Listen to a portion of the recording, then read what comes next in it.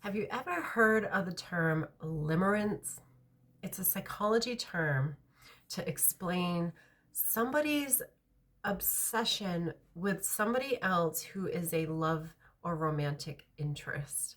And it is really difficult to navigate if you're experiencing limerence.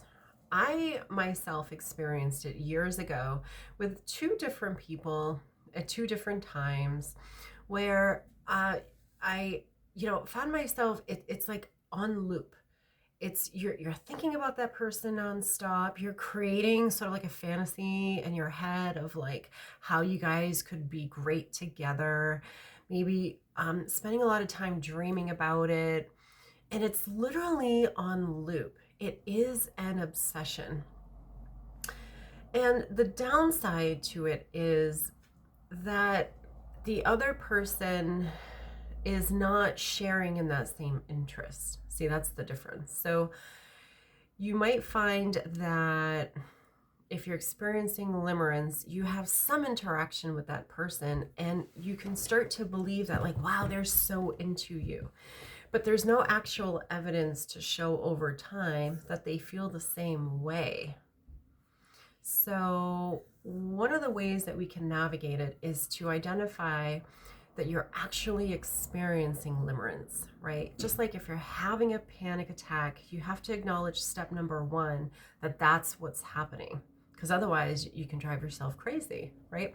So, acknowledging that you're experiencing limerence, you need to look at the facts of the situation. So some CBT, which is where is the evidence to show that that person has an interest in you in the same way. And you can use reframing to help you kind of navigate that. But to have limerence, it's like a double-edged sword, because you can have these euphoric feelings of just elation and joy and excitement, and that's what keeps the loop going, and just going, and you find that it interferes with your daily functioning of life, right? So maybe you're at work or you're in school and you're just constantly thinking about this person, and it feels good, right, to think about somebody in that way. If you're fantasizing like, wow, we could be a good package deal together, right? So it can kick up those oxytocin, those feel good chemicals. But again, the downside is once that other person of who's your romantic interest starts to maybe date other people, or isn't returning phone calls, or is not making those plans with you, it can kick up those dysphoric feelings, right? Feelings of disappointment, anxiety, fear. So there's this confusion.